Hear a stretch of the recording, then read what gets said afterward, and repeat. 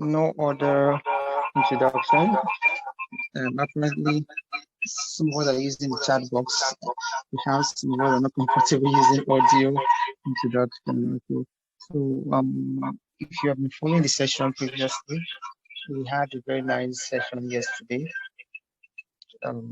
We had Barrister Boswell, all the way from Abuja, Nigeria. He shared with us his experience, and not just his experience, he gave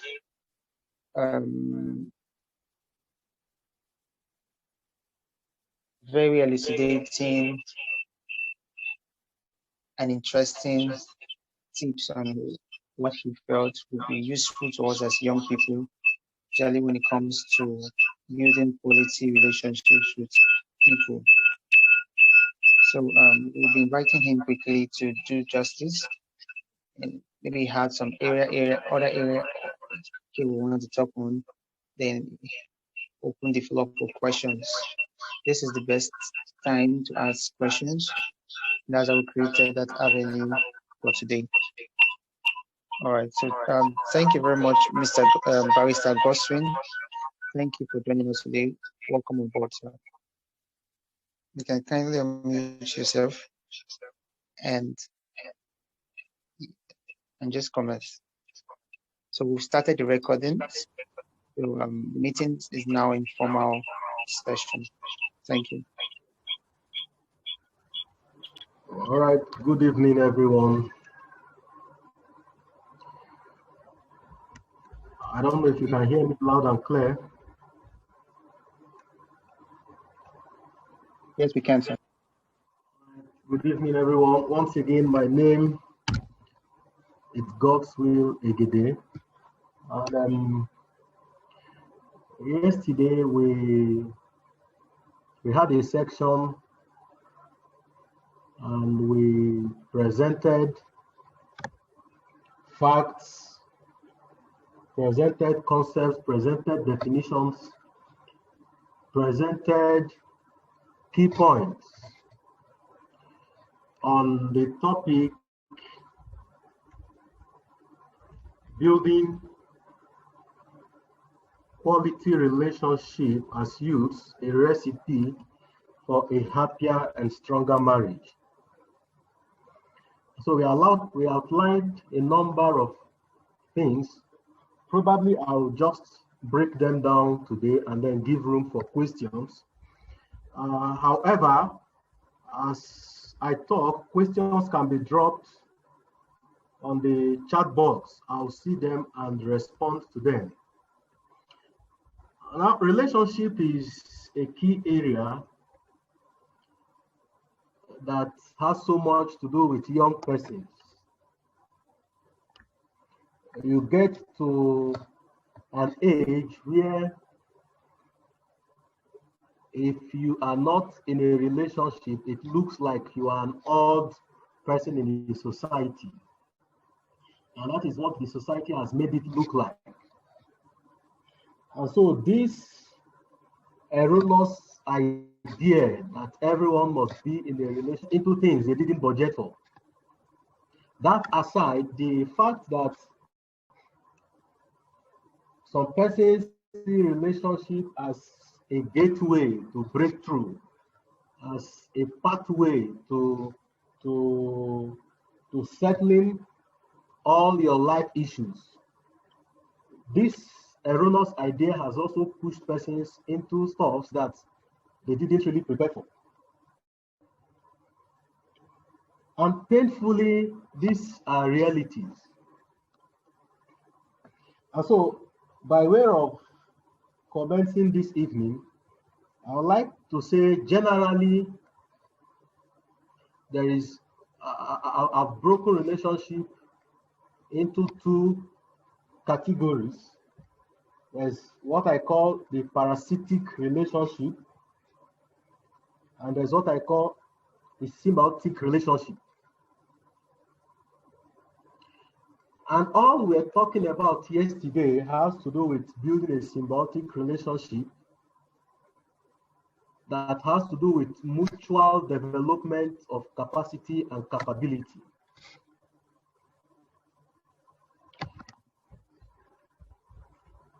Now, what do I mean by parasitic relationship?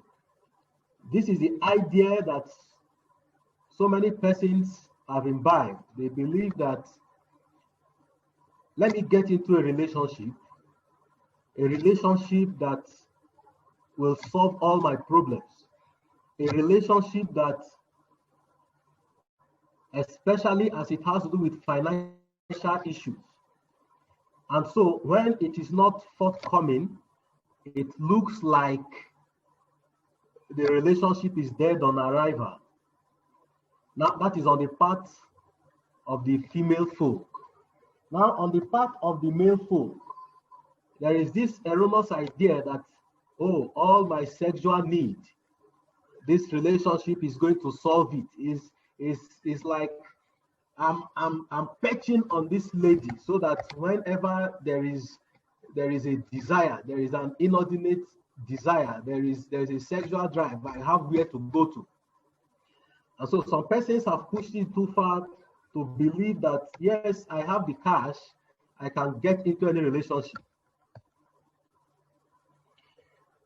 And somebody asked yesterday that how come we have marriages failing even after so much long period of dating?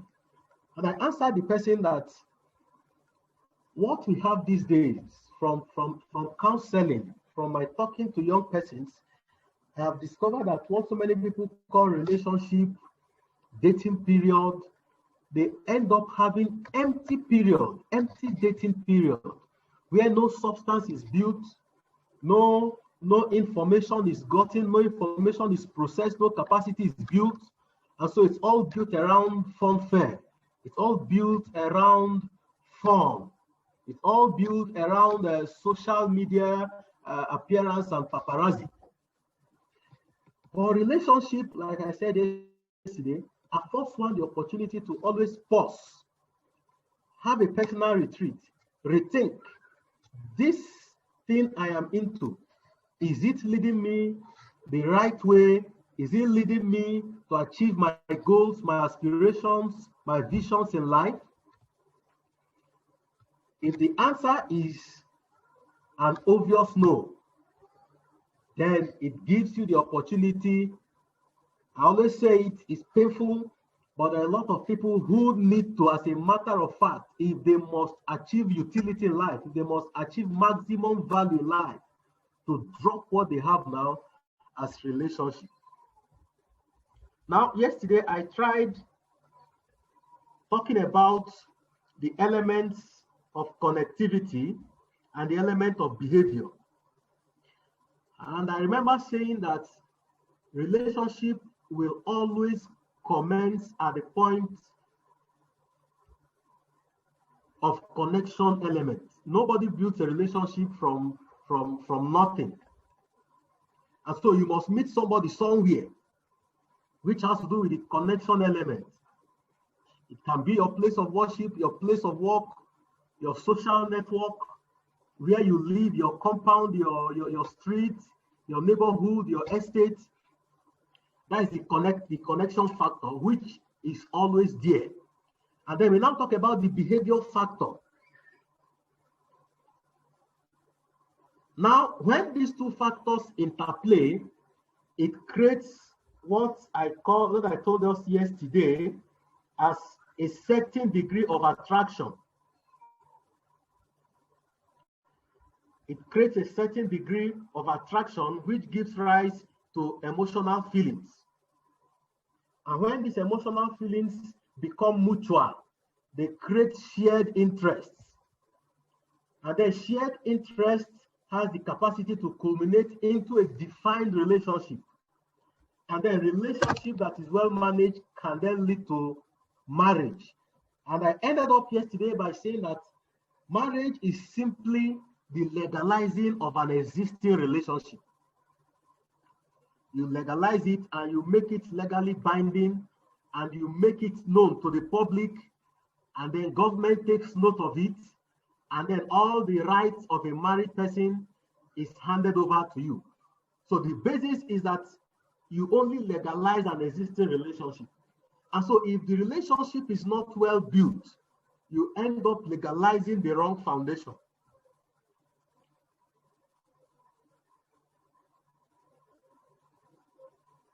I'll pause at this moment. If there are questions, you may wish to unmute your mic and ask.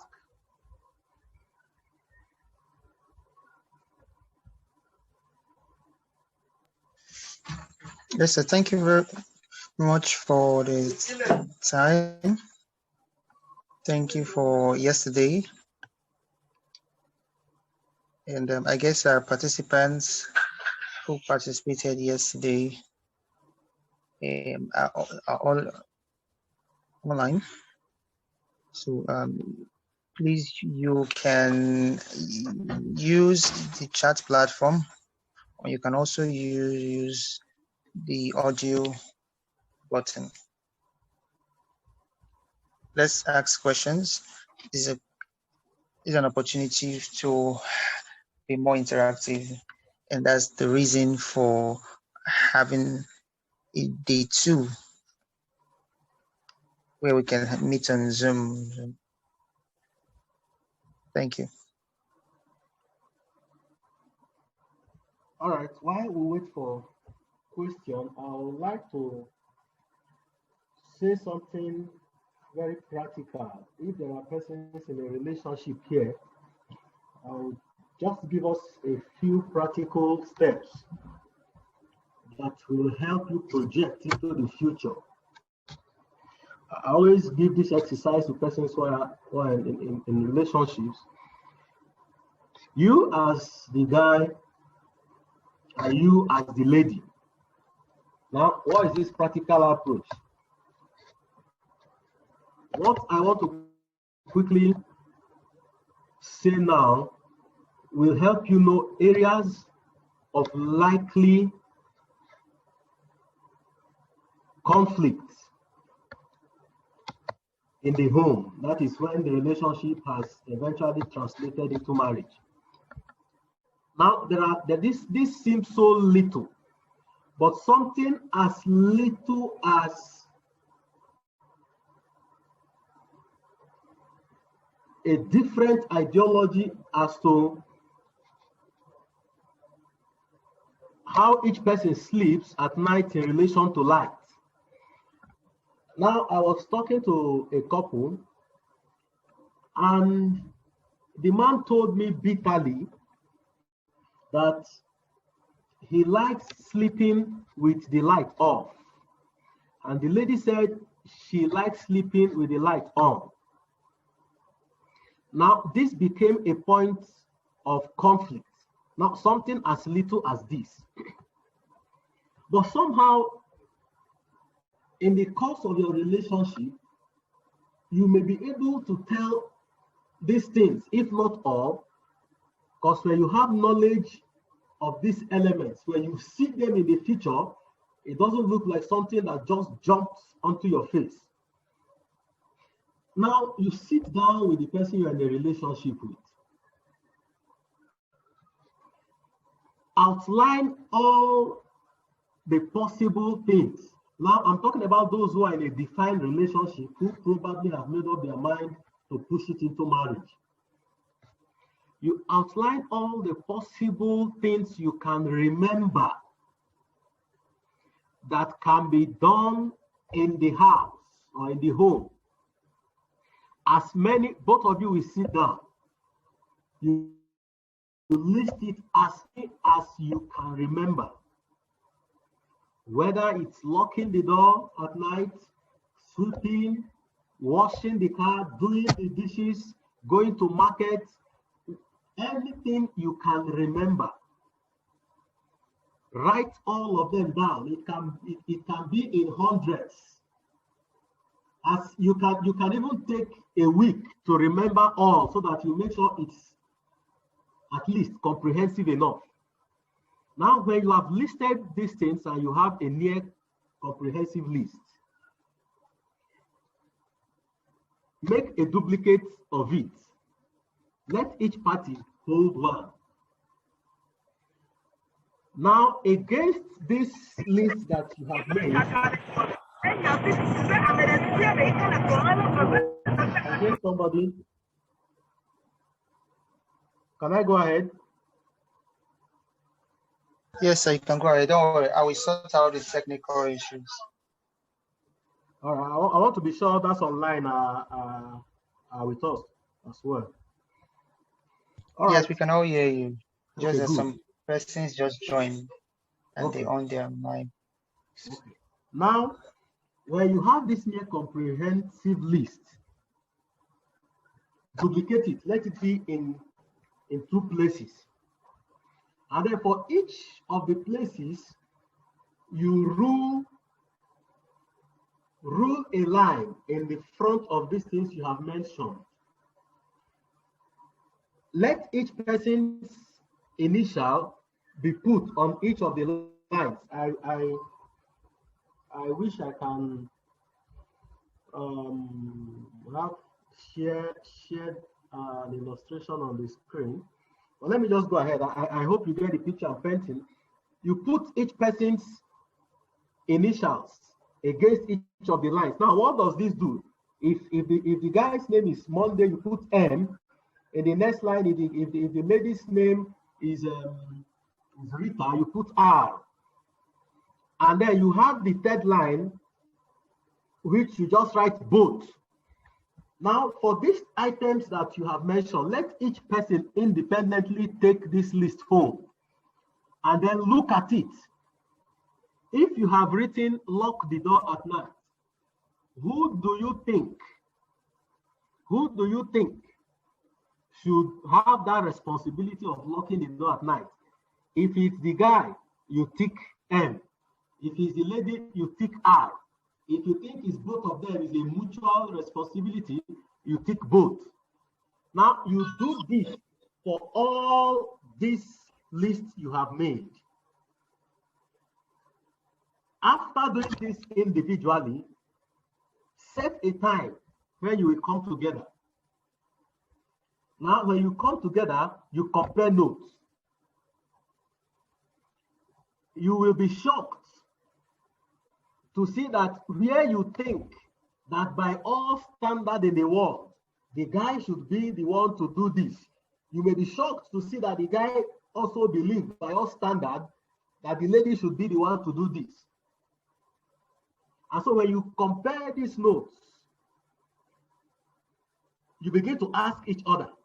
If, for example, you say filling of gas, and the lady says it's the guy, and the guy says it's the lady, you sit on that point. Let each person explain why he or she thinks that this should be XYZ's responsibility. Now, with this, you begin to understand your partner's perception of life. You begin to understand what seemed to be obtainable in his own home, or where he was brought up, or where he's coming from, which he has already programmed in his mind to carry into marriage. You know, these things, you don't know them until you eventually get into marriage. And so relationship is just, it's what you do as in preparation for marriage. But the real thing, like I always say, nobody understands it all, no matter how many books you have read on marriage, no matter how many seminars you have attended. The truth is, even if you have married before, you don't know it all, because the person you are marrying, the person you want to get married to, nobody has married that person and written specifically about that person. And so it's completely a new flaw, a new game. But if you have built a good foundation at the stage of your relationship, things no longer hit you on the face. And so you begin to ask, why do you think I should be the one to do this and not you? And so your partner begins to explain to you, and then you begin to understand his or her mind. What I'm saying now can lead to sometimes heated arguments. But like I always say, if at the point of your relationship, you are not able to resolve and come to a consensus as to these issues you have listed up. And you say, when we get there, we'll cross the bridge. Who told you you cross the bridge when you get there? So it's a practical exercise. It's a practical exercise I would like those of us who are presently in a relationship to try, to embark on. And then it's going to be so revealing. It's going to be so revealing. Hello. Hello.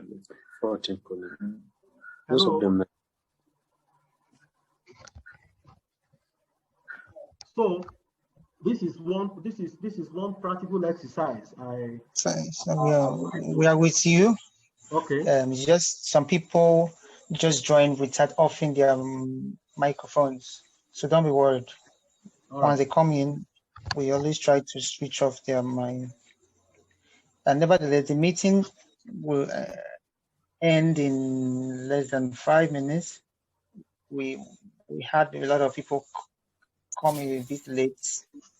However, we would use the same link to rejoin, and that second meeting will be timed for less than 30 minutes. And that'll be it for today. Thank you, sir. Okay, you said in the next 5 minutes we are wrapping up, right? Next 5 minutes, this Zoom meeting. Okay. We joined using the same link.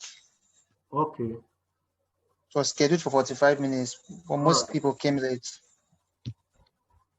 Okay, I get you. Okay, so like I was saying, this little practical exercise will give you an insight into likely areas of domestic divergent views. And so you sit down and begin to think of how you will structure your own, because no two marriage is the same. But the problem we have always noticed as we talk to young marriages, as we counsel people, is that it's more challenging when an issue you never envisaged, when an issue you never imagined will come up, suddenly hits you in the face. Now, I gave an illustration where the young man said he does not know how to sleep with the light on. That as a matter of fact, it affects his brain. And the lady says she does not know how to sleep with the light off. And in fact, she can't sleep and it gives her headache. Now, incidentally, these are people who were in a relationship, in a dating relationship, if you like to call it that way, for about 6 years. Now, what we advocate these days is that in a relationship, as much as you can, do all the talking that you can do. Ask all the questions that you can ask.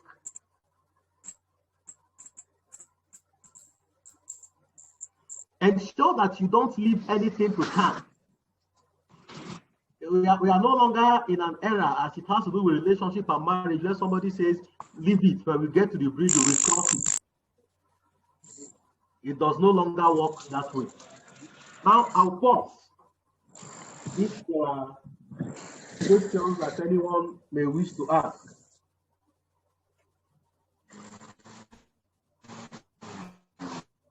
Okay, thank you very much, Barrister Goswell. Okay, so in about 3 minutes and 20 seconds, this first part of the meeting will end. Okay, so if we have further questions, we may need to join back for about 20 minutes to address them. Okay, you can ask our questions. Question here already. Somebody asking, can you genuinely remove arguing from a relationship, or do you believe arguing is a natural part of a healthy relationship? What happens if you find arguing detrimental, but your partner finds it natural?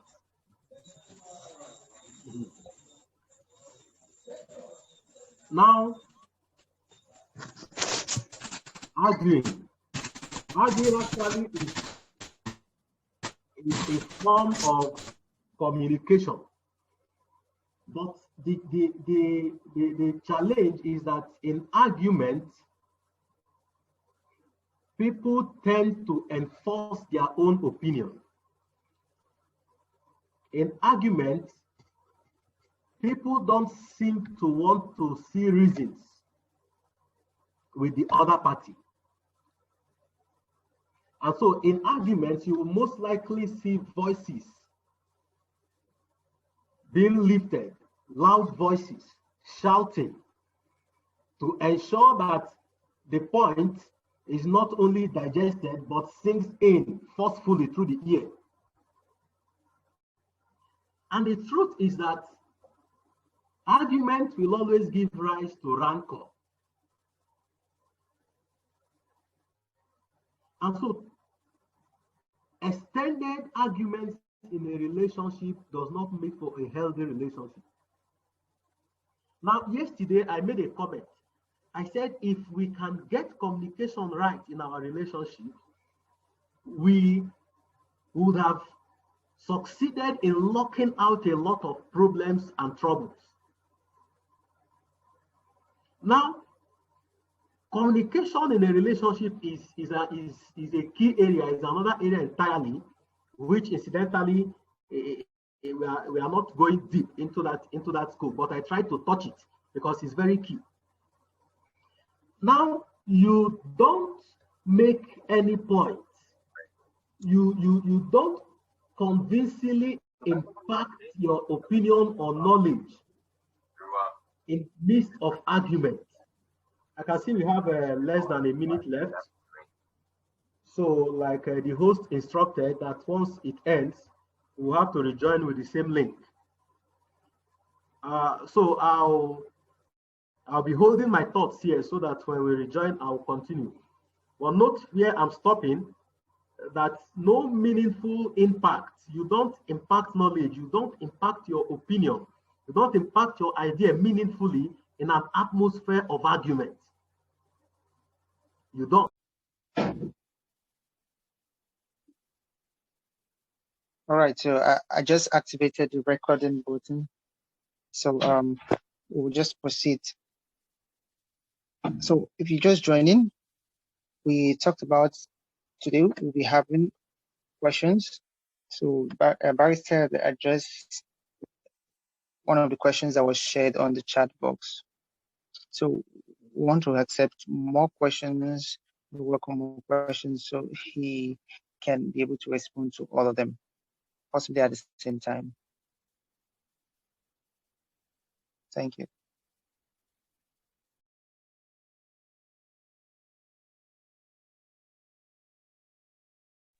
You can use the chat box. And in the meantime, I can observe some persons join the meeting in the course of the barrister's conversation. Some persons from our Ghana chapter who recognize you. Welcome. I can see WHO Morocco. I don't know. Probably one of our persons from the board. Maybe you can introduce yourself. Thank you.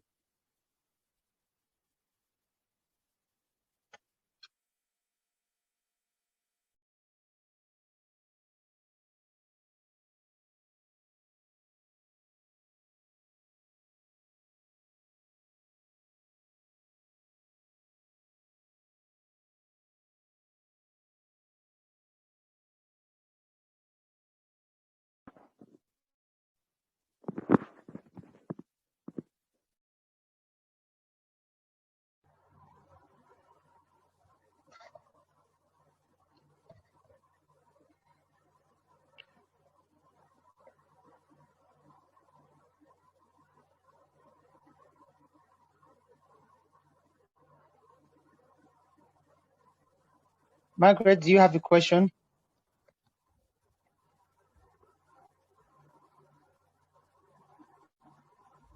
I can see you.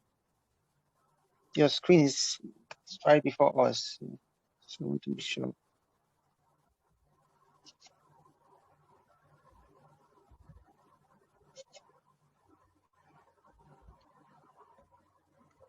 Okay, so can we continue? Yes, sir, you can. In the meantime. Okay, to wrap up answers to that question on argument in a relationship, please let's do all we can to ensure that we don't have a relationship that is argument driven. It's not the best in a relationship. And anybody who sees it as natural to a relationship that there must be argument, it's not a wholesome perspective.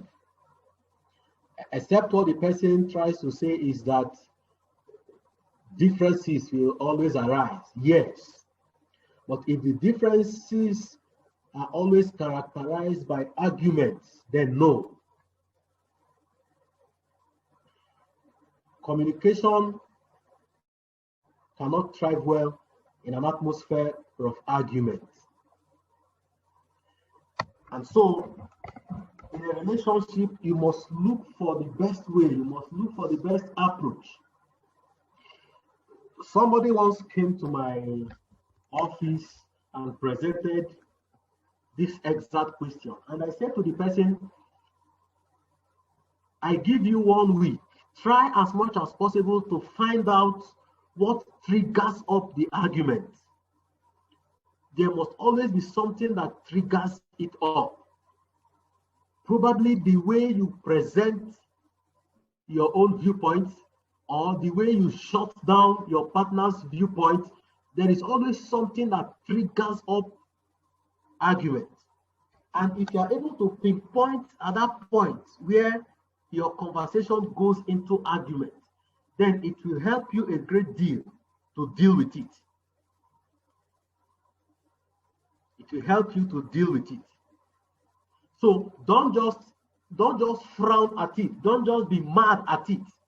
Don't just criticize your partner that, look, you argue. Must you argue on this stuff? Must you always argue? No, you will miss the mark. Settle down and find out what triggers up the argument. You might even discover that the solution lies in your head.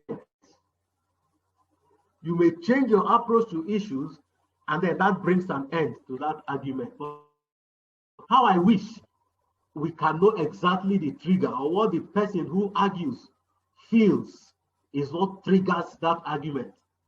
Then we'll be able to practically address it head on. Thank you so much. I see another question here. It said, my question is similar to the first question that was asked. How do you manage the relationship when what you see as so wrong is what your partner sees as a norm? Also, is there anything like doing too much in a relationship? Well, it's something that you feel is so wrong, and your partner.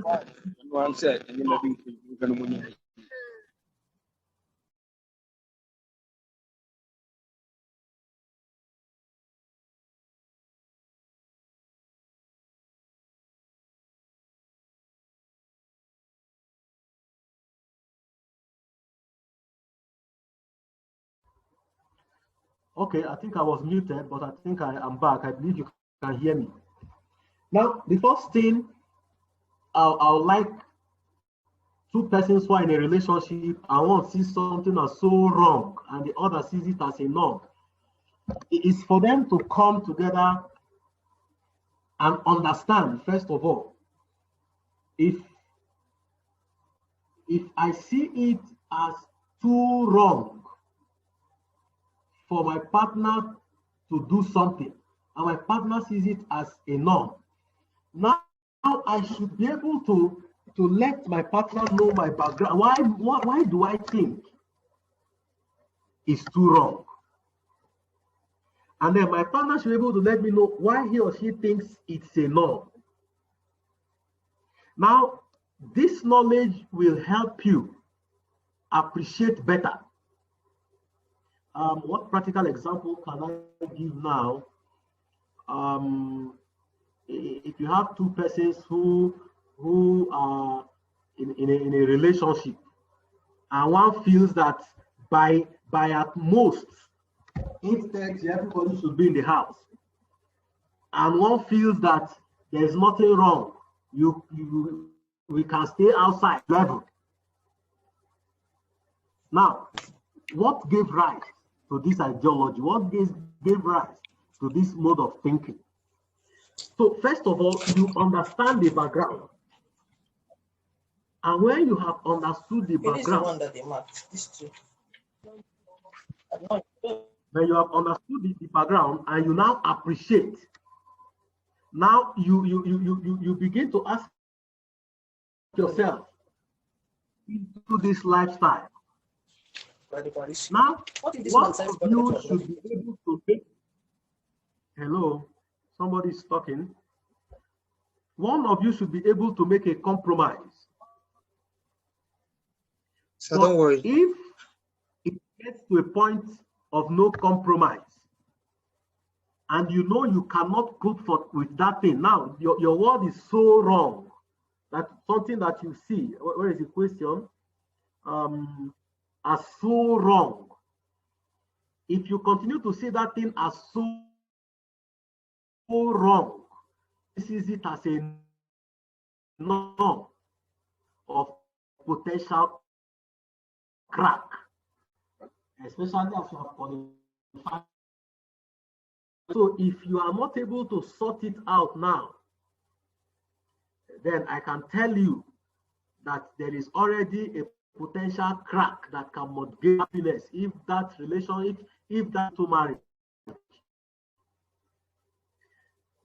And so if I always say in a relationship, you have time to pause, to take a personal retreat, to think, to analyze, is something that you are building. You are building. If you can destroy it or make amends, not necessarily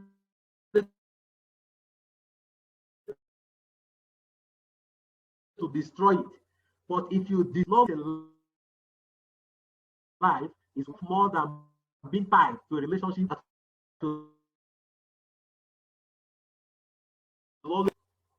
Now you ask, is there anything like being too much in a relationship? Don't they say too much of everything is bad? And yesterday, I said that one pointer to know where a relationship is going to, that it's an issue when your partner takes more steps and talks more about things that concern him or herself. Side. Also an issue when you have a partner who takes more steps when it has to do with you and things more about you than about him or herself in the relationship. And so to wrap up on this question, yes, there is actually something, I mean, as doing too much. There must be a balance. There must be a balance. It's an error for somebody to say I'm in a relationship and you say I need to please my partner, and then you use your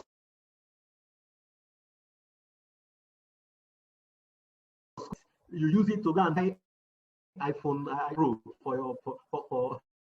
for the other party. It's wrong. It's if you like, call it overdoing. There must be a balance. There must be a balance. And let me quickly chip in this. And that is why in marriage relationship, in a relationship now, what is driving you is more of fun. It's love driven. It's emotion. It's more of emotionally driven. But when you get into marriage, within 2 3 years, it gradually moves from more responsibility driven. And let me just summarize this in this way. It's something that is natural, and it's not so many people will. Network no deal.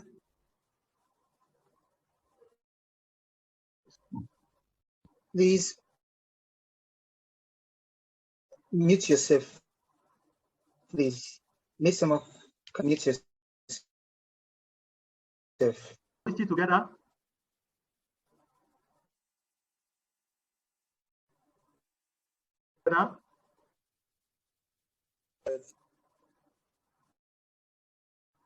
Hello, can you hear me?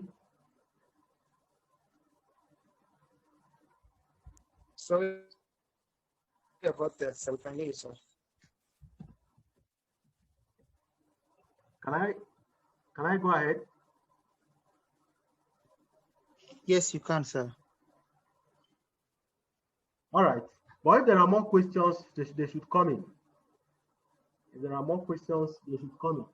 So I was saying that at the point of relationship or the early part of marriage, it's more of love driven.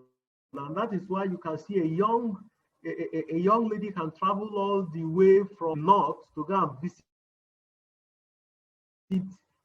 someone she's in a relationship with, not minding all the hazards, not minding all the stress, not minding all the terrorism.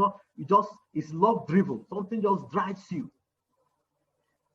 Those who have the money can even travel out of the country to go and visit somebody simply because there's a relationship. But as you get into marriage, it becomes responsibility driven. And so you begin to take on some responsibility that will drive the marriage. And so at the point of relationship, it's like, I can't do without this person. Every slightest holiday you move, you are with that person. Every slightest break, you are with that person. And if the way human beings have been programmed, if this would have continued forever, some persons who have probably traveled out of their marriage to go do masters, to go do postgraduate programs, they wouldn't have been able to achieve this. And so human beings are wired in that form. And so you must learn when it gets to that point to transcend from love driven to relations to responsibility driven. But that is not where you are dwelling. To just quickly put a cap on that question, in a relationship, things you do, and we will say that you have overdone it. In the ordinary language, that you are overdoing it. There must be a balance. Thank you.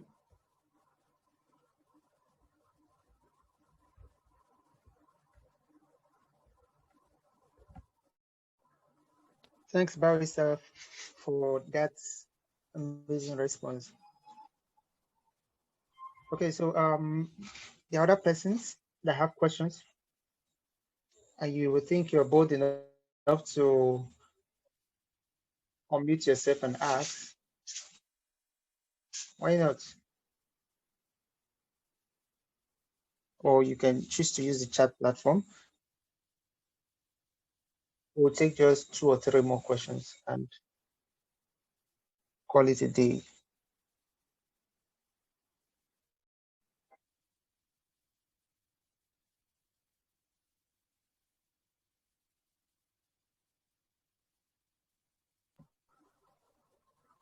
Okay, while we wait for questions, let me just drive these facts. Relationship is a deliberate act. Let nobody just say, I just suddenly found myself in it. We just saw, and then love at first sight, and then something just started happening. If it's like that for you, sit down and evaluate it. Is this something that will give you value in life?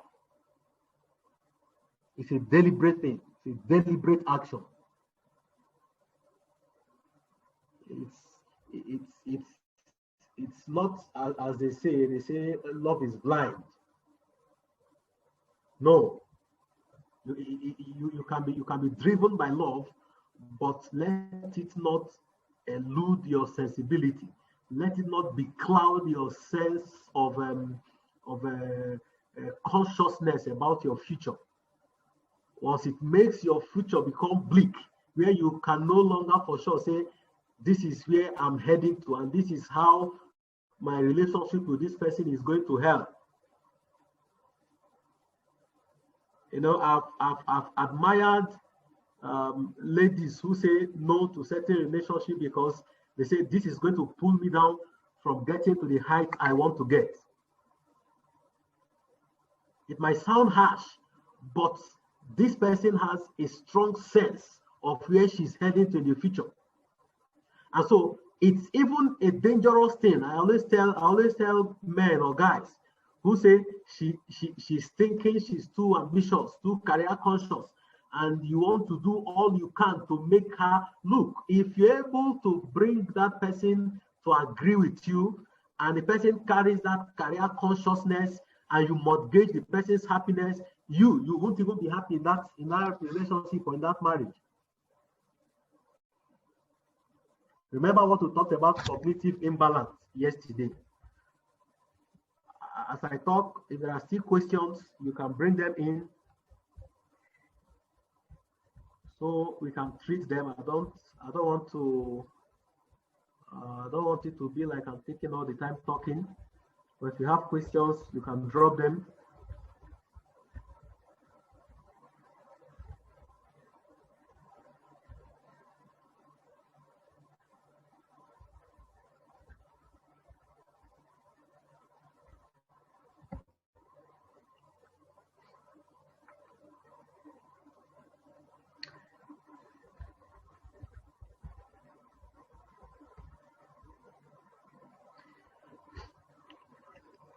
Okay. While we wait for question, let me still chip this in. Now, over the years, engaging in such discussions, in mentoring, in counseling, I have come to understand that a major area of unhappiness in marriage is in the area of sexual satisfaction.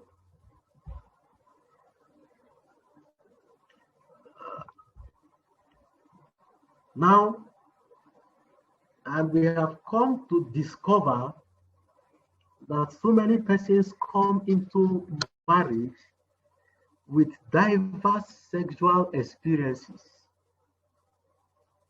maybe negative, maybe positive, and these things, they register in the mind. No two men or two women can behave the same way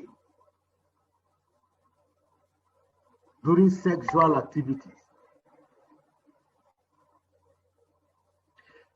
And so if someone had an experience with A, with B, with C, with D, those things becomes registered in the mind.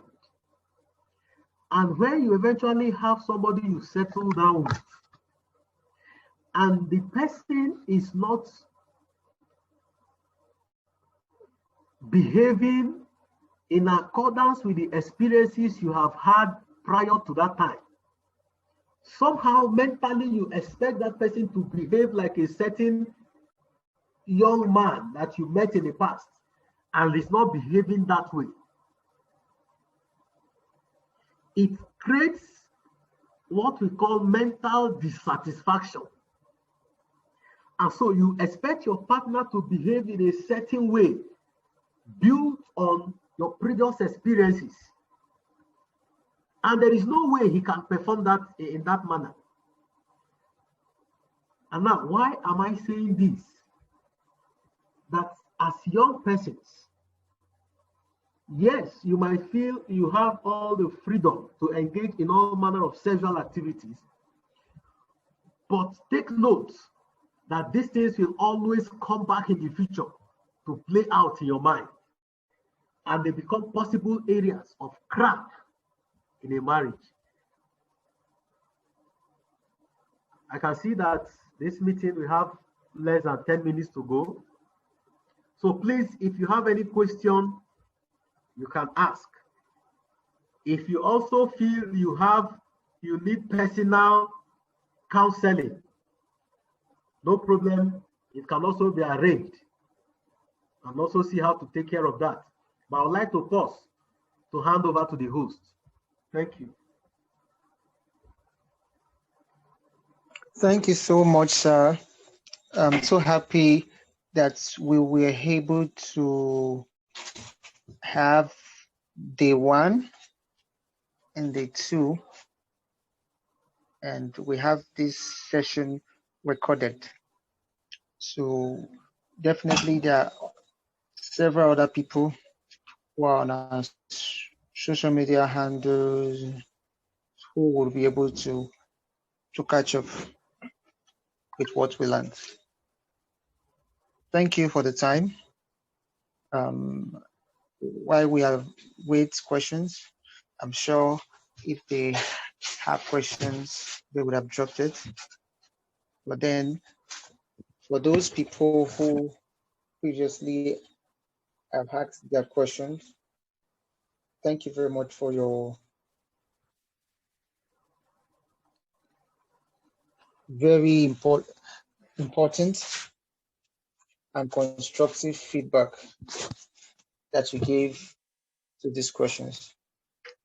I can see from the chat box that Temitope talked about personal counseling, that she's interested in personal counseling. Okay, so all right, so please, for our audience, every other person out there watching from Facebook, watching from LinkedIn, and you have questions, you want to get across to the facilitator, we'll be able to link you up. Lest I forget, the facilitator for today is the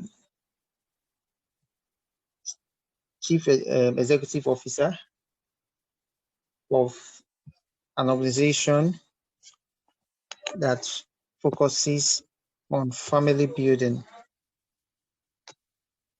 He's based in Abuja, but just give me a few minutes and I'll tell you a little bit about this organization.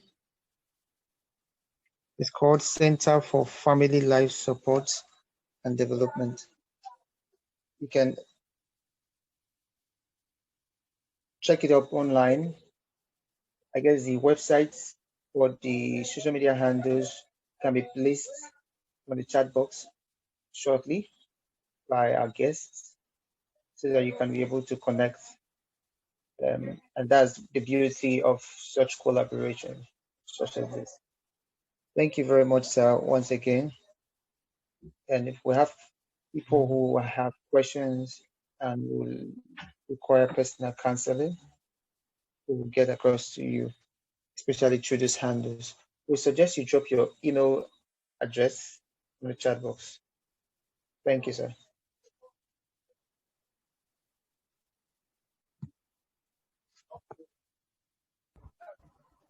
All right.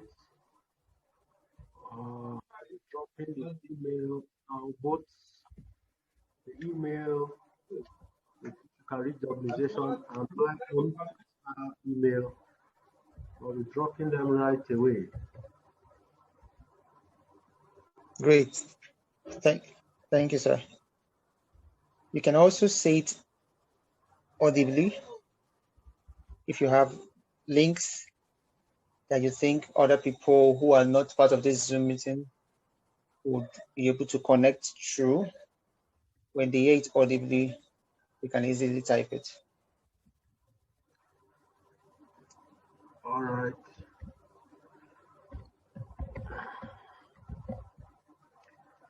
And if there are persons who are in Abuja, You can always reach us at our office as well.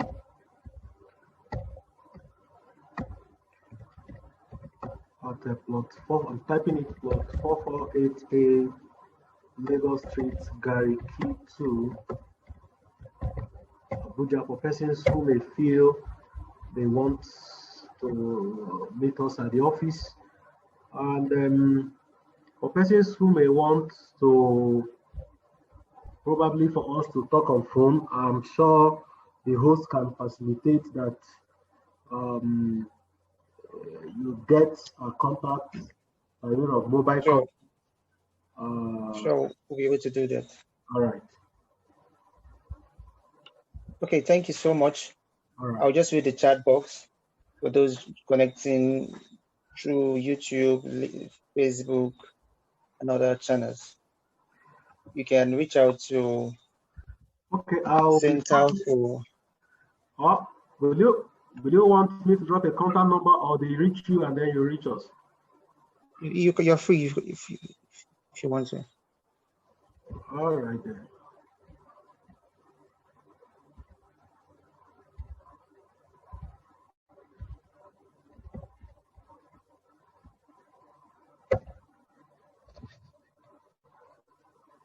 Okay, thank you very much, sir. So I'll just do a summary. For those of you joining online, if you want to reach out to Center for Family Support and Development, it's an organization that focuses on building families and making sure that people are, are grounded in matters such as this. You can reach out to them through their official email address, which is info@CFLS, Center for Life Supports, CFLL. Center for Family Life Support. Yes, info@CFLLDEV.org. All right. So for those of you based at Abuja and you want to connect with them, the office address is plot 448A, Lagos Street, Gariki 2, Abuja. And he also dropped his phone number. The phone number is as follows: 081. I'm on campus. 74907563. So thank you so much, everyone, for joining. We'll be closing the meeting right away. Barrister Godswill, look forward to getting to hear from you. Thank you once again, Barrister. All right, thank you. It's my pleasure, and I wish every participant a fun-filled and rewarding relationship development that will eventually lead to a sustained marriage. And for those that are already married, I wish them the best of marriage.